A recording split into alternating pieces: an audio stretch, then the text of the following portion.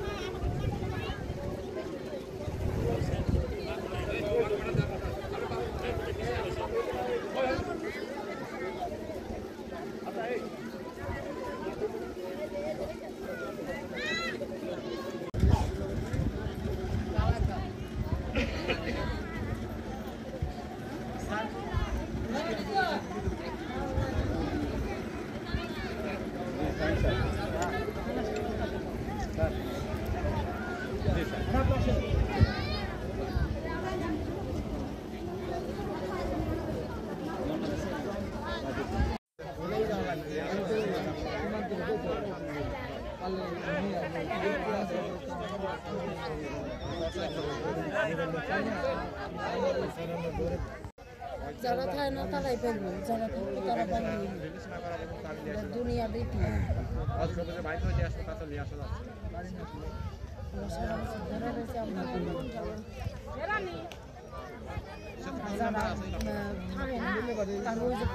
ডাক দিব।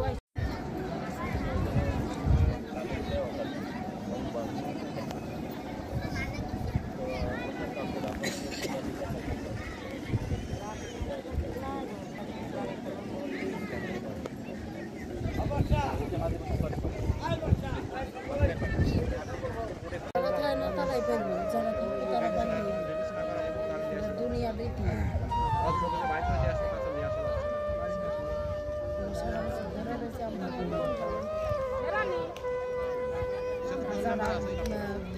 মাননীয় প্রধানমন্ত্রীর যে 10টি অগ্রাধিকার প্রকল্প রয়েছে তার অন্যতম একটি প্রকল্প হচ্ছে যে গৃহহীনদেরকে গৃহ দেওয়া।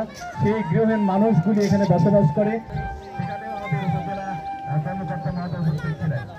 এবারে 2024 সালের রামাদানের এই ভোট প্যাকেজ দিচ্ছি আমাদের মাঝে সম্মানিত এসেছেন, ওনার প্রতি আমরা আন্তরিক কৃতজ্ঞতা প্রকাশ করছি।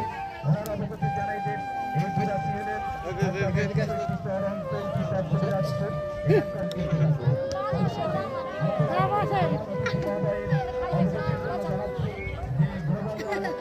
ইউনিয়নের সম্মানিত মাননীয় প্রধানমন্ত্রীর যে 10টি অগ্রাধিকার প্রকল্প রয়েছে তার অন্যতম একটি প্রকল্প হচ্ছে যে গৃহহীনদেরকে গৃহ দেওয়া। সেই গৃহহীন মানুষগুলি এখানে বসবাস করে। সেখানেও আমাদের উপজেলা কর্মকর্তা মহোদয় উপস্থিত ছিলেন। এবারে 2024 সালের রামাদানের এই ফুড প্যাকেজ ডিস্ট্রিবিউশনে আমাদের মাঝে সম্মানিত উনি এসেছেন। ওনার প্রতি আমরা আন্তরিক কৃতজ্ঞতা প্রকাশ করছি। ওনার অবগতি জানাই যে এই ঘোরাশি হলেন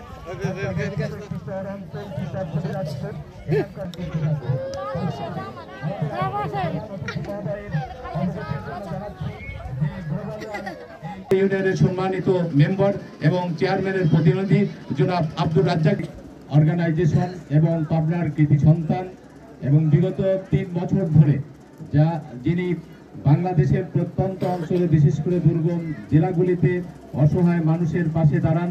রোজার সময় রামাদান ফুড প্যাকেজ, কোরবানির সময় কোরবানির মাংস বিতরণ, শীতের সময় শীত বস্ত্র বিতরণ সহ অসহায় মানুষের পাশে গিয়ে বাংলাদেশের এই প্রান্ত থেকে ওই প্রান্ত ছুটে বেড়ান। সেই আমাদের একটা প্রোগ্রামে করে যাওয়ার পথে সামাদ ভাইয়ের সাথে যাচ্ছিলাম, তখন মোটরসাইকেল নিয়েও যাওয়ার মতো অবস্থা ছিল না, ধানের খেতে যাচ্ছিলাম। তো আমি এই ঘরগুলো দেখে এখানে যখন আমি বললাম সামাদ ভাই এখানে একটু দেখে যাই, আসার পরে দেখলাম যে শুধু ঘরই, তখন মানুষ তেমন এখানে বাস করতো না।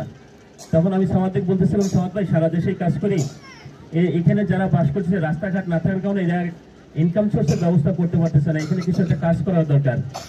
আমি এখানকার চাইতে রোহিঙ্গারা একটু ভালো অবস্থায় আছে। আমি রোহিঙ্গা রিফারেন্স দিচ্ছিলাম, কারণ তখন আমার রোহিঙ্গা অনেক প্রজেক্ট ছিল, এখনো রোহিঙ্গায় কাজ করতেছি। তো এখানে কিছু একটা কাজ করা দরকার। তখনই একটা প্রজেক্ট আমরা নিয়ে আসি। প্রথমে ওইখানে আমরা ফুড প্যাকেজ বিতরণ করছিলাম, পাশাপাশি আমাদের সিও ম্যাডাম আসছিল। আমরা চিন্তা করছিলাম যে এখানে একটা লাইভ স্টক প্রজেক্ট কীভাবে নিয়ে আসা যায়। আলহামদুলিল্লাহ সেটা হয়েছিল। 6 মাসের মাথায় আমরা একটা লাইভ স্টক প্রজেক্ট নিয়ে আসছিলাম পাইলট হিসাবে। নিশ্চয়ই আমাদের ওই বেনিফিশিয়ারিগুলো এখানে আছে। আমরা 40টা ফ্যামিলিকে আমরা বাছাই করছিলাম। প্রত্যেক পরিবারকে 4টে করে ছাগল দিয়েছিলাম, ছাগল রাখার জন্য একটা ঘর করে দিয়েছিলাম। পাশাপাশি বাড়ির আঙ্গিনা সবজি করার জন্য আমরা বীজ দিয়েছিলাম। এবং আমার পরবর্তী ওটা বিতরণ করার পরে যখন আমি 6 মাস পরে আসলাম, আমার দেখে খুব ভালো লাগছিল। আমাদের এই 40 জন দেখা দেখি বাকি আরো অন্যরাও শুরু করছে যে কিভাবে গাছ লাগাইতে হয়, কিভাবে করতে হয়, অন্যরাও শুরু করছে। একটা বনায়নের মতো পরিবেশ হয়ে গেছিল। তা আমি কথা দিয়েছিলাম যে পরবর্তী কিভাবে আরো আমরা এটা কভার করতে পারি দেখবো। তা যদিও এটা কনফার্ম হয়নি, আমি ইউনো মহোদয় স্যারের সাথে বলতেছিলাম মাত্রই যে আমরা খুব শিগগিরই আরো 40 জনকে আমরা অ্যাড করতে পারবো। তো সেটা হচ্ছে যে কারে অ্যাড করবো, আমরা ইতিমধ্যেই আমাদের একজন স্টাফ এখানে আছে, সে দেখতেছে যে আসলে এইভাবে ক্যাপাসিটি কার মধ্যে আছে। যেহেতু আমাদের এটা পাইলট, পরবর্তী হয়তো আমরা সবাইকে কভার করতে পারবো। তো আমরা আশা করি খুব শিগগিরই আমরা আরো 40টা ফ্যামিলিকে অ্যাড করতে পারবো। তো আপনারা সহায়তা করবেন এবং যে সহায়তা করে আসতেছেন। আর একটা জিনিস বলতে চাই, যেটা হচ্ছে যে আমরা দেখেছি যে 2-3 জন লোক ছাগলগুলো অলরেডি বিক্রি করে দিয়েছিলেন, আবার পরবর্তীতে কভার করছেন। তো আমি জানি না এটা নিশ্চয় হয়তো কোনো সমস্যার কারণে করছেন। আশা করবো যে আপনারা এটা পরবর্তীতে করবেন না। সামাদ ভাই অবশ্য আমাদেরকে সার্বিকভাবে হেল্প করে। সামাদ ভাই যেটা উনি আপনাদেরকে বসা রাখা হয়েছে, আমরা এটার মধ্যে যেটা প্রত্যেকটা প্যাকেজে আছে 20 কেজি করে চাল, 1 কেজি মুড়ি, 4 কেজি চিরা, 1 কেজি আমাদের জন্য অব্যাহত থাকবে। এ পর্যায়ে আমি আমাদের আজকের আপনাদের উদ্দেশ্যে বক্তব্য উপস্থাপনের জন্য বলছে তারা বলে শেষ করুক, আমি প্যাকেটটা নিয়ে আগে ঘরে ফিরি। সেই জন্য আমাদের মা বোনদের উদ্দেশ্যে খুব বেশি কিছু বলবো না, অল্প কয়েকটা কথা না বললেই নয়। আজকে এই পাবনা সদরের ইউনো হিসেবে চরশো দিনাজপুরে হয়তো আমার প্রথম আসা, কিন্তু আপনারা যারা এই ঘরগুলো পেয়েছেন আপনারা জানেন যে তখন যিনি ইউনো ছিলেন তিনিও একজন নারী ইউনো ছিলেন।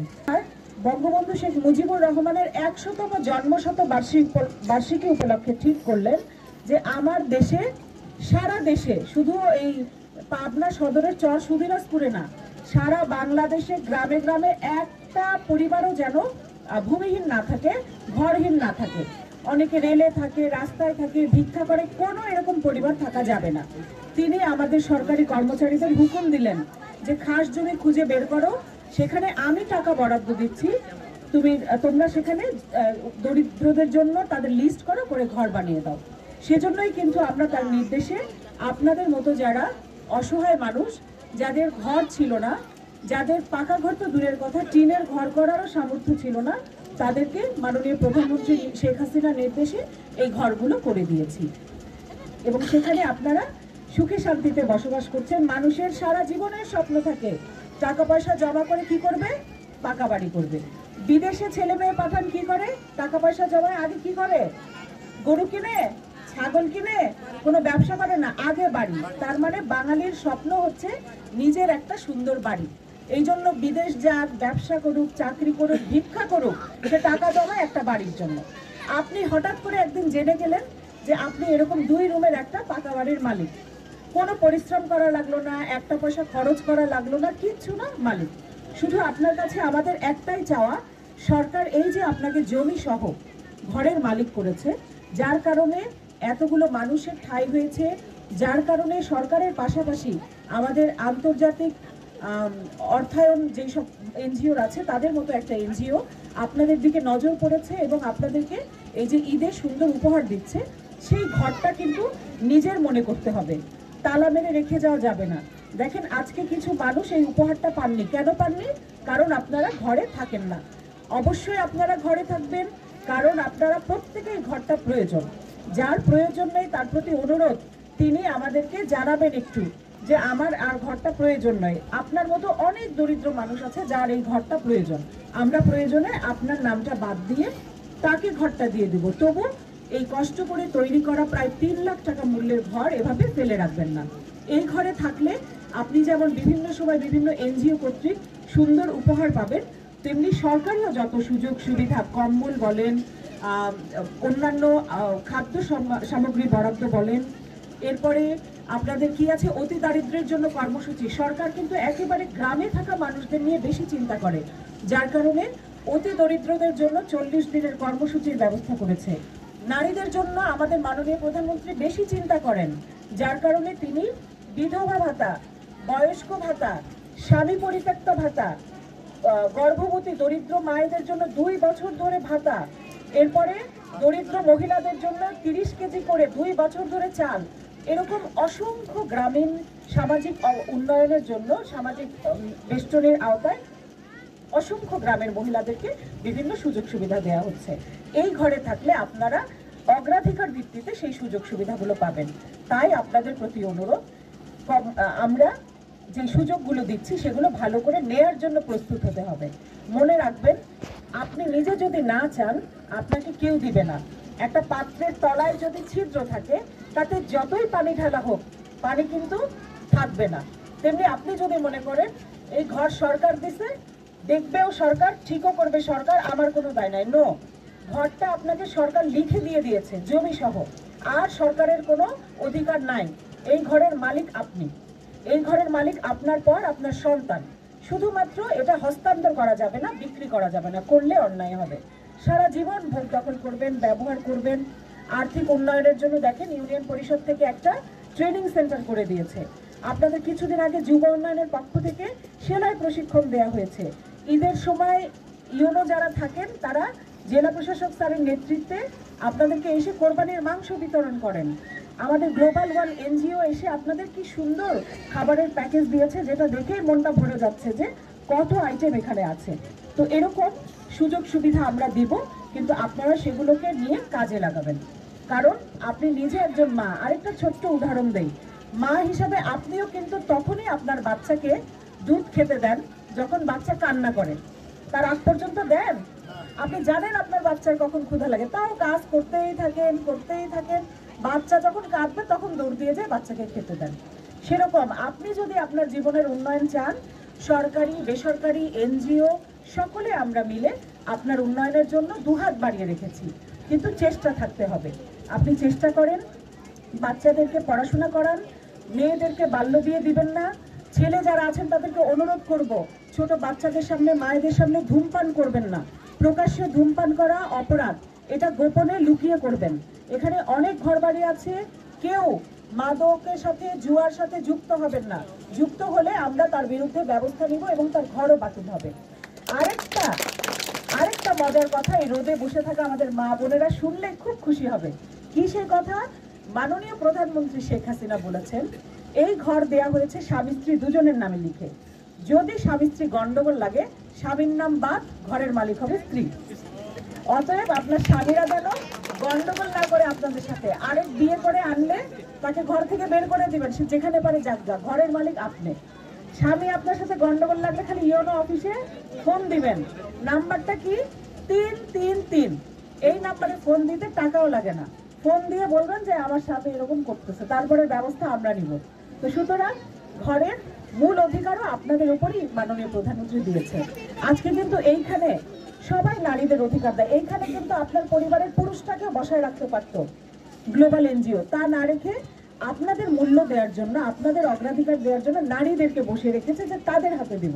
কারণ সংসার তো তারাই সামলায়, মায়া মমতা জিনিসপত্রের প্রতি তাদেরই বেশি, তাই না?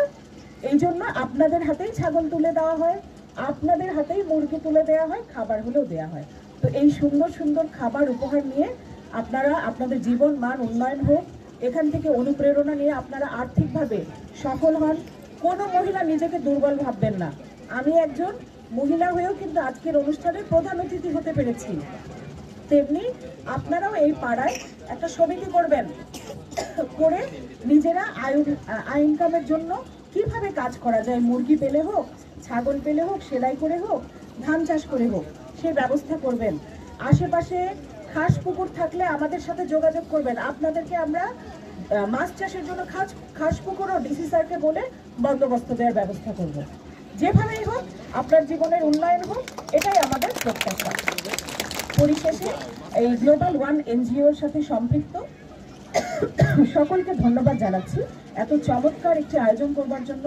আমাদের এই আশ্রয়নকে আপনারা আমলে এনেছেন।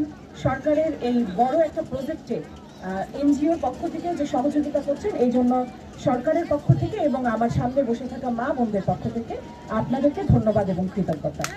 পরিশেষে এই রাস্তা যত দ্রুত সম্ভব, এই রাস্তাকে পাকা করার জন্য যা কিছু করা লাগে তা করব, এই প্রত্যয় আপনাদের সামনে ব্যক্ত করে আমার বন্ধু হোক। জয় বাংলা।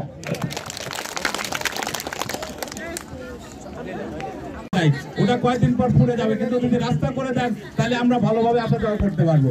সেই কথাটি আমাদের ম্যাডাম বলেছেন, যত তাড়াতাড়ি আপনাদের রাস্তার ব্যবস্থা হবে, উনি প্রতিশ্রুতি দিয়েছেন, ইনশাল্লাহ হয়ে যাবে।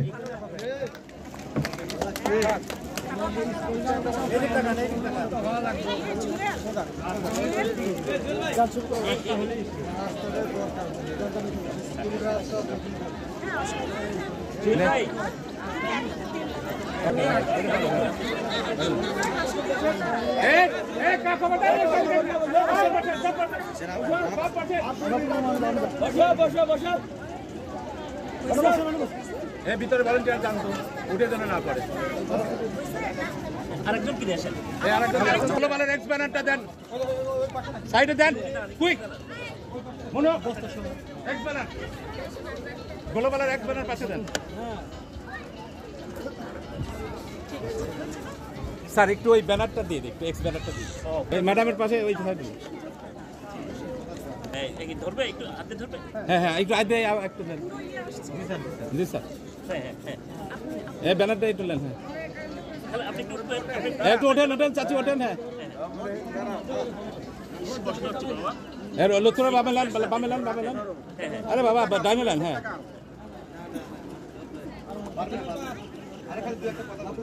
ওকে, থ্যাংক ইউ। আমার একটু কষ্ট হলো আর কি। সামনে সামনে চলে আসুন।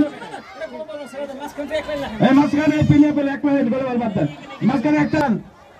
আচ্ছা তো প্রথমে আমরা কই